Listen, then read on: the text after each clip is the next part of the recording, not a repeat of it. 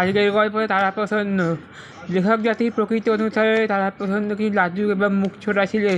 লোকেদের কাছে সে বলিয়া তাহার সর্বনাশ উপস্থিত হইত। ঘরে বসিয়া কলম চালাইবা তাহার দৃষ্টিশক্তি ক্ষীণ। পিঠে একটু কুজ সংসারের অভিজ্ঞতা অতি অল্প।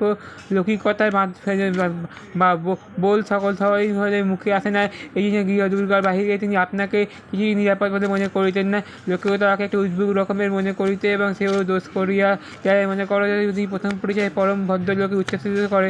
তারা প্রসন্নকে বলিলেন, মহাশয় আপনার সাক্ষাৎ হয় কি পর্যন্ত আনন্দ লাভ করা গেল তা এক মুখ নিরীক্ষণ করিতে পারবো না। তার নিরাপত্তার অর্থ এইরূপ হলে মনে হয় যেন তোমার আনন্দ হয়েছে, কিন্তু খুব খুব সম্ভব বটে। কিন্তু আমার যে আনন্দ হয়েছে এই মিথ্যে কথাটা কী করে মুখ দিয়ে উচ্চারণ করবো ভাই ভাবছি।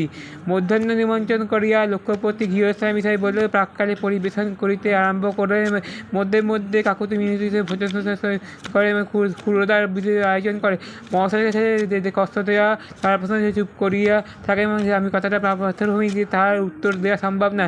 মধ্যে মধ্যে এমনও হয় যে কোনো সুশীল ব্যক্তি কোনো তার প্রসঙ্গে সংবাদ দেন না যে তাহার মতো অগাধ পাণ্ডিত্য বর্তমানকালে দুর্লভ এবং হরসুখে নিজের পদ্মাসনে বসিয়া থাকবেন এবং সেই আজকে তার প্রসঙ্গকে উচিত তার প্রশংসা করা নচিত পরে আত্মনিন্দা প্রবৃত্ত হয় এবং তাহার অন্যের নিকটে প্রতিবাদ প্রত্যাশা করার কথাটা অম্লনবাদনে গ্রহণ করেন এবং বক্তা জ্ঞান করিলে বিষম ক্ষুধা হয়। এইরূপ স্থলে লোকে নিজের কথা মিথ্যে কথা বলা প্রতিপন্ন হয় না। ঘরের লোকেদের কাছে তারা পছন্দ ভাবে যে অন্যরূপে, এমনকি তাহার নিজের স্ত্রীও তাকে বলে আজকে আমি না আটিয়া বসিতে পারবো না। গৃহিণী কথায় কথায় বলে নেও আমি তো ভাড়া আমার এখানে অনেক কিছু লেখা আছে। আমি তো বাকযন্ত্রে স্ত্রীর আত্মমুখে পরিচয় দেওয়া এবং ক্ষমতা সৌভাগ্য কয়জন স্বামী আছে বলুন তারা প্রথম দিন বেশ কাটিয়া যাইতেছিল। তারা দৃঢ় বিশ্বাসে বুদ্ধিমত্তা ক্ষমতা তাহার সমতুল্য আর কেহই নেই এবং যাহাদের হৃদয় তাহার কুণ্ঠিত হইতে পারে না। তাহার পছন্দ বলিলেন, তোমার এমন বউ স্বামী নাই তুলনা কারুর সহিত করিবে। তাহার দক্ষ ভারী রাগ করিতে লোকে বলে আমি মনস্তাপ ছিল যে তাহার স্বামী অসাধারণ ক্ষমতা বাইরে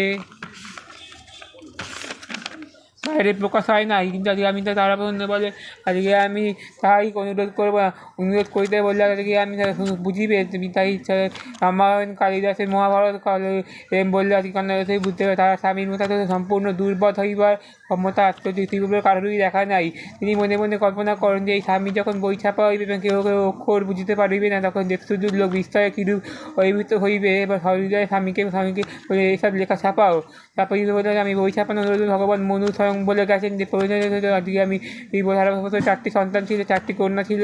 দক্ষিণাদের বলে মনে করেছেন সেই কর্তব্য নিয়ে অক্ষমতা এই জন্য তাহাই বলে আজকে আমি স্বামী অত্যন্ত শ্রী মনোযোগী হইলেন এবং যে কথা এমন সকল দুরহ গ্রন্থ রচনা করেন তাহার শ্রী গর্বে বহু কন্যা সন্তান হয় না এবং তার পক্ষে অপরুদার পরিচয় দেবো কি।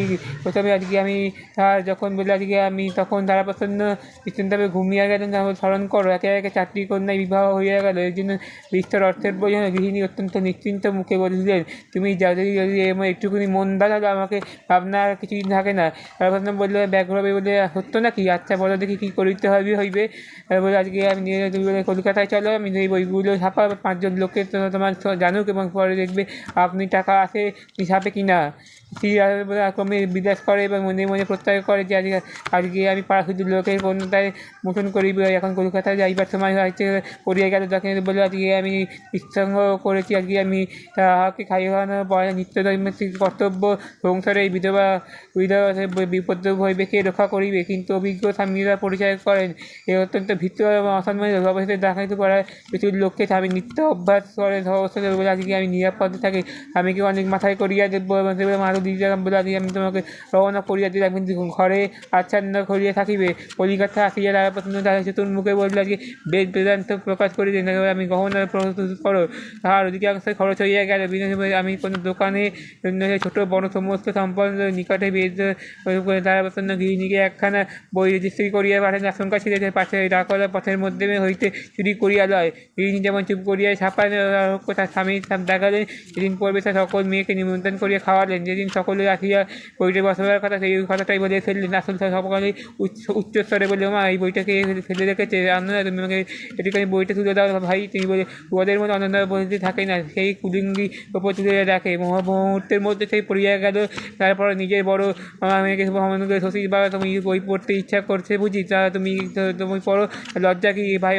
শশী রীতিমাত্র আগ্রহ ছিল না, রীতিমাত্র তাই ভর্সনা করিবে। এবং মা মা বা সময় না সময় অপচয় করছো কেন? তোমার কালো যদি উনি যদি আলমারি মাথায় তুলিয়া রাখিতেন বা এই চেতনা থাকিবে, তাই তুমি একদিনের উপর বেদান্ত প্রাণান্ত হইবে। একে একে কাগজ সমালোচনা বাহির হইয়া গেল। গৃহিণী যাহাকেই ঠকিয়াছে তা অনেকটাই সত্য দাঁড়িয়ে দিতে। আমি যখন পড়ি দেশশুদ্ধ সমালোচনা করবে, আমি তখন সেই এক বাক্যে এমন সরগরম গ্রন্থ পৃথিবীর প্রকাশিত হয় নাই। সে সকল সমালোচনা বললে আজকে বাংলা অনুবাদ ছাড়া কোনো বই স্পষ্ট করতে পারে না।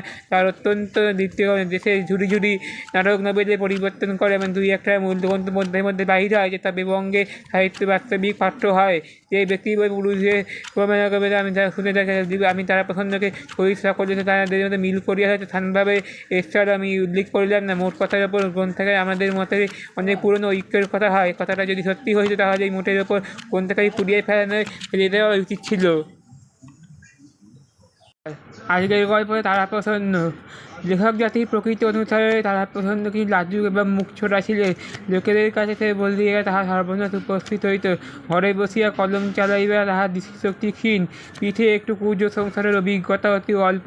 লৌকিকতার বা বোল সকল সবাই হলে মুখে আসে না। এই জন্য গৃহ দুর্গার বাহিরে তিনি আপনাকে কিছুই নিরাপদ বলে মনে করিতেন না। লোকেও তাকে একটু উদ্ভুত রকমের মনে করিতে এবং সেও দোষ করিয়া যায়। মনে করো যদি প্রথম পরিচয় পরম ভদ্রলোকে উচ্ছ্বসিত করে।